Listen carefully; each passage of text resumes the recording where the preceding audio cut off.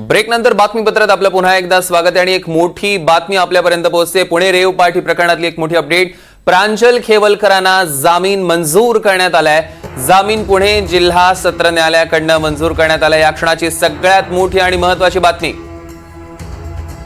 रेवती हिंगवे आपल्या प्रतिनिधी आपल्या सोबत जोडल्या गेल्या, त्यांच्याकडून अधिकचे अपडेट्स आपण घेणार आहोत। रेवती, नक्कीच सौरभ, खरं तर पुण्यातील खराडी परिसरामध्ये कथित ड्रग पार्टी झालेली होती। त्यामध्ये रोहिणी खडसे यांचे पती प्रांजल खेवलकर हे तिथे आढळून आलेले होते। पुणे पोलिसांच्या गुन्हे शाखेने कारवाई करत तिकडे जवळपास 7 जणांना अटक केलेली होती। 27 जुलैला हे सगळं प्रकरण उघडकीस आलेलं होतं आणि त्यानंतर पुणे पोलिसांनी त्यांना कोर्टात देखील हजर केलेलं होतं। तर तब्बल 60 दिवसानंतर प्रांजल खेवलकरांना पुणे सत्र न्यायालयातून जामीन मिळालेली आहे।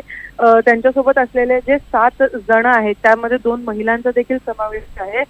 त्यांना देखील जामीन मंजूर करण्यात आलेली आहे। खरं तर जे प्रांजल खेवलकरचे वकील आहेत ऋषिकेश गानू यांनी अशी माहिती दिली की कोर्टामध्ये हे अजूनही सिद्ध झालेलं नाही की अंमली पदार्थांचं सेवन हे प्रांजल खेवलकर यांनी केलं होतं की नव्हतं। त्यामुळे या ग्राउंडवरती जेव्हा युक्तिवाद करण्यात आला होता तेव्हा त्यांना प्रांजल खेवलकरांना ही जामीन मंजूर झालेली आहे। तर आता यापुढे काय नेमकं त्याच्या तिकडे युक्तिवाद झाले हे जेव्हा वकील समोरून माध्यमांशी बोलतील तेव्हाच आपल्याला स्पष्ट होईल। सौरभ, निश्चितच रेवती, या संदर्भातले अधिकचे अपडेट्स आपण घेणार आहोत। तुर्तास धन्यवाद।